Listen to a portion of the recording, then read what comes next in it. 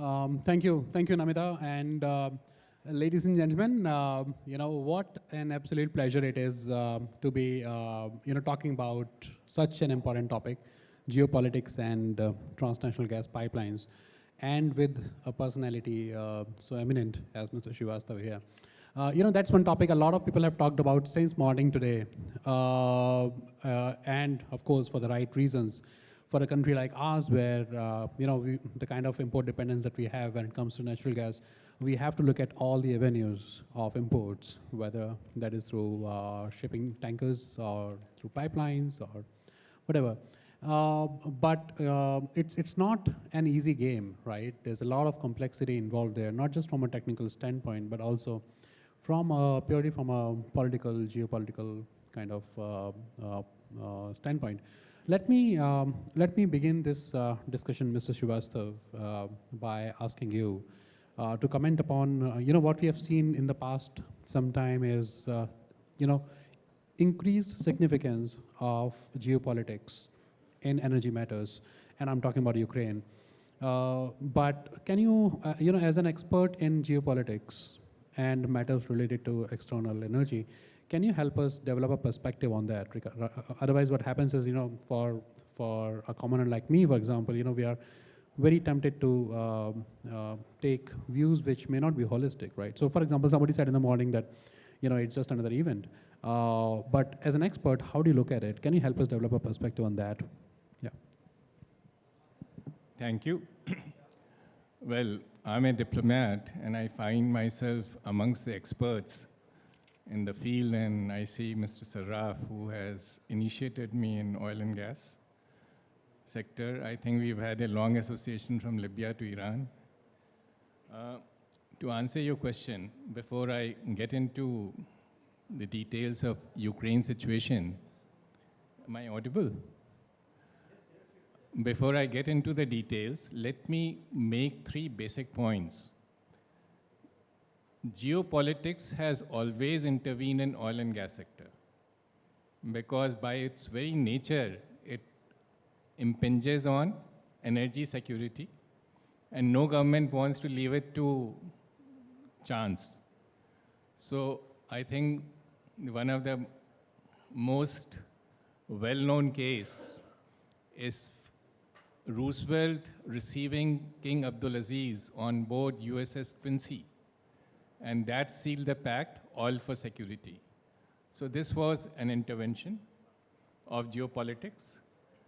You also have on the other end of the Gulf, Persian Gulf, you had the overthrow of Mossadegh regime. Again, geopolitics intervened. But there's a difference in nature of intervention now. The earlier interventions they were not altruistic. They were to get oil at a price which suited the West or the industrialized countries. But the net effect was to get more oil to the international market. Today's intervention is in the reverse direction. The politics of sanctions actually reduces the oil and gas reaching the market. Of course, US has been very careful by introducing the idea of cap on pricing, but I'll come to that later. But the overall nature of intervention has changed from bringing more oil or gas to restricting it. Now, the second point I would like to make, and this is of course linked to Ukraine situation.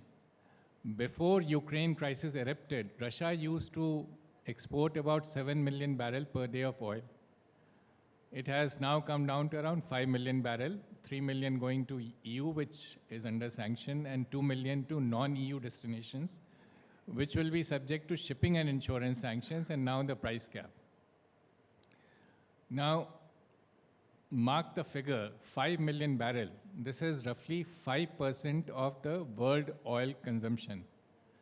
It was removal of 5% of world oil consumption in 1979, which triggered the second oil price hike. Now we are lucky. The price cap has been announced. Prices have moved up, but not too much. partly because the price cap is believed to be set too high, $60, which is above the price at which the Russian oil was selling. So it has cushioned the impact of the price cap. But now there is, of course, going to be the OPEC plus reduction, which will kick in, 2 million barrel per day reduction.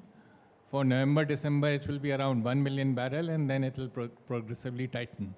So we are at the cusp of a very uncertain oil and gas situation. Now the third point, Russia accounts for roughly 24% of global gas reserves. Iran accounts for roughly 17% of global gas reserves. There may be, some difference, and depending on the data set that you take, slight difference in figures. But together, these are the largest and the second largest gas exporters. Now, together they account for 40% of world gas reserves. If these two countries remain outside the international market because of the intervention of geopolitics, the gas prices will remain high. I have very carefully listened to the distinguished speakers today, and all of them are making the point that if the government wants to reach the target, of 15% gas accounting for 15% of India's energy basket, the price has to be right. But if these two countries, which are the largest, have the largest reserves, remain outside the market, the prices will remain high, not only for India, but globally. So much depends on how the Ukraine crisis and sanctions against Iran, what is the exit game? Now, this is not the time to go into this. Now, the fourth point, EU has imposed a sanction on Russian oil. It has been careful not to impose a sanction on Russian gas. It has been discussing a price cap on Russian gas, which is about €275 per megawatt hour. There has been no agreement so far. Now, the reason for this caution is that while there may be an alternative to Russian oil, in my opinion, it's not, because you're basically circumventing. The same amount of production goes around the consumers and the markets change. But gas is even more difficult. Now, in case of gas, Russia is supplying was supplying 155 billion cubic meter gas per annum to Europe before the crisis started. It's now down to about 20%. And the result is that the prices, which have softened a bit over last month, but they are still 6 times higher than the price last year. And in between, they had gone to 15 times higher just about 2 months ago. So it's going to be a difficult situation. Now, let's look at the figures. President Biden, during a visit to Europe sometime a couple of months after Ukraine crisis broke out, he visited EU and he assured that America will step up gas exports, which it has. But the quantities, look at the quantities. What President Biden said, America will supply up to 30 BCM gas to EU by 2030. Now, 30 BCM is 1/5 of 155 BCM, which EU was getting from Russia before the Ukraine crisis. So, the American supply will reach 20% of EU's requirements in 8 years' time. Now, that is, and that's the long run. And long run is, there's a famous saying. I don't want to repeat it. Now, what has been promised for this year? 10 BCM, which is very small.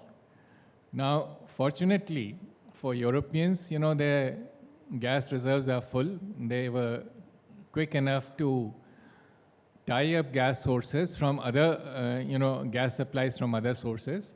And this is what has pushed up the gas price, the spot prices for Asian consumers. It used to be around, at one time, 2-3 years ago, it was down to spot was down to $4 per MMBTU. Normally, the long-term contract was around $10. It went up to $50-$60. It is today around, I think, $33 per MMBTU for Asian market. It is $44 per MMBTU for European market. Now, this trend is not going to go away, because even today, even though Europe has filled up its gas reserves for this year, for this winter, this cycle will have to be restarted. So unless there's a peaceful resolution of the current situation, this problem will go on recurring. Now, linked to this is the other major issue, and that is climate change. And the gas prices had begun to rise, as all of you would know, even before the Ukraine market. And there was a different reason. The North Sea winds stopped. And gas accounts for roughly, 35% of the UK basket. It's about 20% of the German basket. But more than that, both UK and Germany, they depend on wind. And in each case, wind accounts for 20%. So once of the power generation, so once 1/5 of your power supply is suddenly removed, there was a scramble for gas. Now, this points to a paradox that the increase in renewables is not going to reduce the requirement of gas. And if the new supplies don't come up, there will be, and the geopolitics continues to intervene, there will be these huge, swings in gas prices for the long term. Now, what are the three specific, takeaways from the Ukraine crisis? One is that the government's focus have shifted from climate change to energy security. Now, the second one is that you hear this complaint in the media from German industry at highest levels, all the major corporate houses, that they're going to be slowed down, their margins are down. Some of them, BASF, for instance, is moving its production overseas. Prices that have gone up. So what is the outcome? What does it bring out? It brings out that LNG is much more expensive than piped gas, because they have tried to diversify away from Russian pipe gas by buying LNG, which has pushed up the prices. And the result is European Commission is saying there will be a recession in Europe this winter, mild recession, followed by stagnation for rest of the year. The third takeaway from the Ukraine crisis is, before Ukraine crisis erupted, as many of you who know the gas market better than I do, there was a surplus in LNG, the market. Now that is all gone, because Europe is trying to substitute 155 BCM of Russian pipe gas by buying LNG from other sources. So LNG market has tightened up, pushing up the prices. And as I mentioned earlier, unless there is a exit from this crisis quickly, this will remain high in the foreseeable future. Now, the last aspect of geopolitical intervention, and that is the policies of OPEC Plus, which were designed to create an artificial scarcity. This is, a cartel, and that is their interest. And they have been very successful in this. Now, this has again changed some of the directions of geopolitics. That is, Saudi Arabia, despite being under, a close ally of US since the Second World War, that famous deal, oil for security, between Roosevelt and King Abdulaziz, has sided with Russia. And underlying this is the common interest, and that common interest is high prices. Now, there is also an economic reason for this switch, and that is the former protector, which is present. I mean, the protector has become the economic competitor because of the Americans are producing shale gas, which actually, and shale oil, which has taken away OPEC's capacity and Saudi Arabia's capacity to be swing producer. It has been for past few years, it is the shale which was swing producer. But now, unfortunately, that is also gone, because last 5 months since the crisis erupted, there has been very little increase in shale oil production, 300,000 barrel, which is not going to substitute for 3 million barrel, which Europe needs from other sources. Shale gas, again, is something which is limited because, Europe, US and Qatar, I think one is about 11%, the other is 4% of the world, or 5% of the world gas reserves. So it's not going to be a long-term solution. So that's a lot of interesting and critical information as a reply to the first question, I must say, and a lot of information for us to remember and digest. But if I can intervene, sir, you've said a lot of really important things in terms of perspective. You're saying that geopolitics has always impinged on energy security, but then what is happening now is the reverse of what used to happen earlier, which is that those interventions were not meant at increasing the oil price, but that is happening now. You're also saying that the removal of 5% of oil consumption is not from Russia. It has not yet increased prices significantly. One other thing that I'm going to remember from this reply to the first question is that the Ukraine crisis is basically leading to change in focus from climate change to energy security for nations, and that's a very important point. And the fact that LNG surplus is now gone, right? So what does it mean for fossil fuel? Do we see that coming back? But let me quickly move on to the next question. In this entire landscape, coming to the point about transnational gas pipelines, right? What exactly is the role of transnational gas pipelines, and how could countries use that as a way to manage situations like this when it comes to energy security management? Yeah. India is surrounded by countries which is basically very close to countries that is Middle East and Central Asia, which have 2,000 TCF of gas reserves.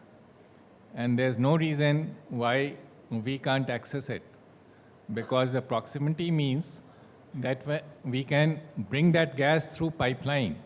Now, pipe gas for up to distances of 2,000 or 2,500 kilometers is always going to be cheaper than LNG, because LNG requires change in physical state twice over. First, the gas is liquefied, and then it is regasified. Now, that costs money and loss of energy. Pipe gas does not have that problem.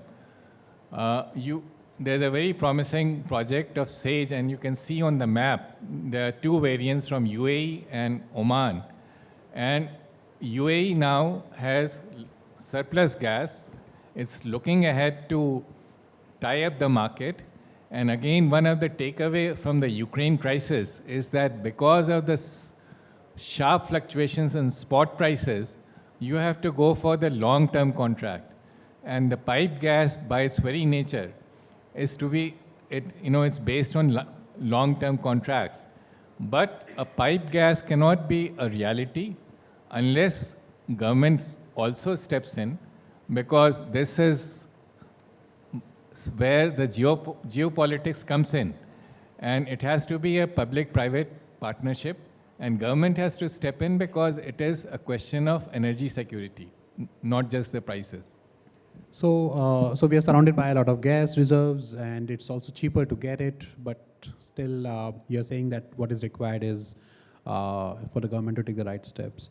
Can you very quickly sum up the key challenges that come up, right? So first aspect is, of course, there may be, concerns related to having, geopolitical concerns. Apart from that, yeah, what are the other challenges typically that come up when we are, looking at setting up pipelines of this nature? These are complex projects, right? So what can you tell us more about these challenges? And why is it that, for example, can we have technology coming to the rescue in when it comes to implementation of these projects? Let me mention that a subsea pipeline actually solves one of the biggest challenges.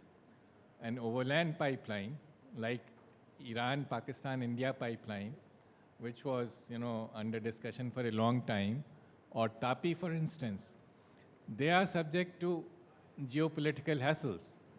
And IPI went through one troubled geography. TAPI will go through two troubled geographies with no end in sight. Now, in case of subsea pipeline, this problem is solved.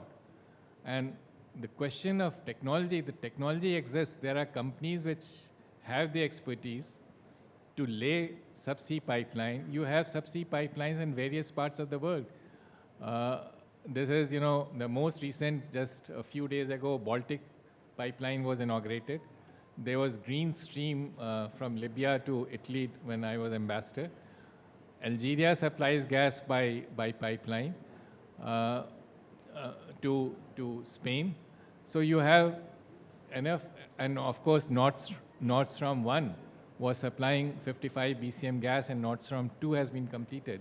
So technological challenges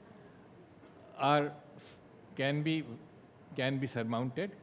There has to be political will, and the government has to step in, because it's an area which requires, even the supplier would be more comfortable.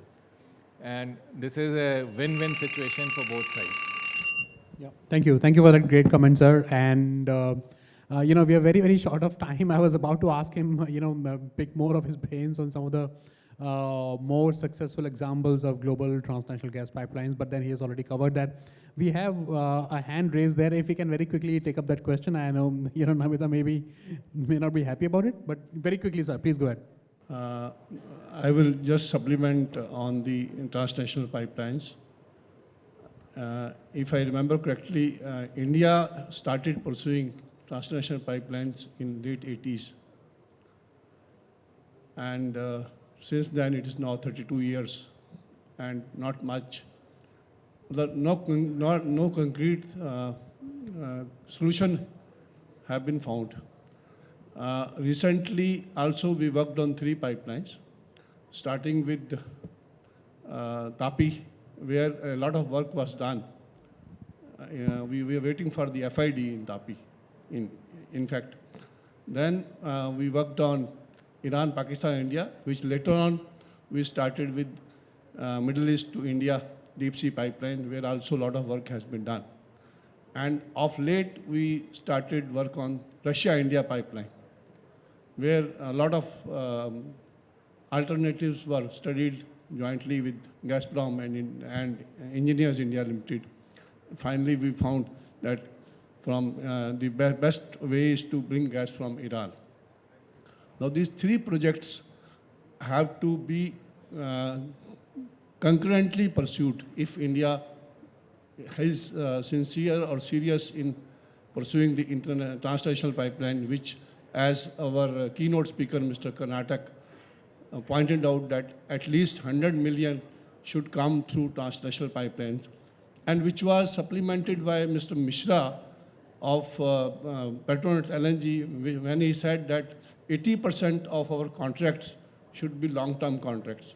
And everybody knows that all pipeline contracts would be long-term.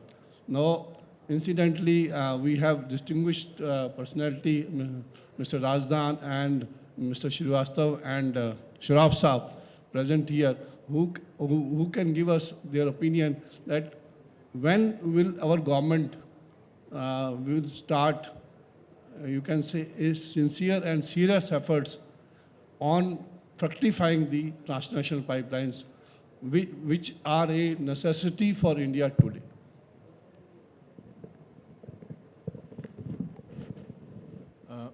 Let me briefly mention you mentioned 3 pipelines. That leaves out the subsea pipeline. Subsea is there. No, Russia, that's a coastal pipeline route which will invite the same geopolitical problems. No, sir. I'm not talking of coastal. I'm talking of 3 pipeline, MEIDP, Okay, TAPI, okay. or the Okay. Russia-India pipeline. Okay, maybe I didn't understand, but basically the difference between the subsea pipeline and the land-based pipelines is that land-based pipelines carry more geopolitical risk. And this is not an issue of simply government of India's policy. You are following what is happening in Pakistan and Afghanistan. So unless, that requires putting some divisions there. That's not going to happen.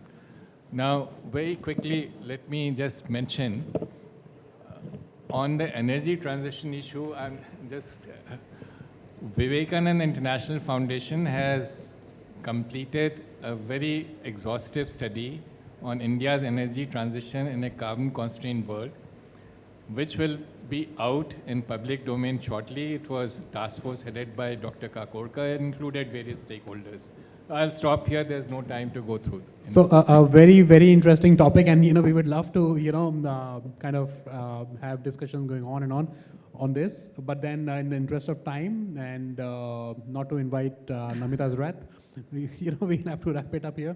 Thank you, sir. Thank you for your time. It was great to interact with you, and I'm sure there are a lot of key takeaways, from this discussion. Thank you. Thanks.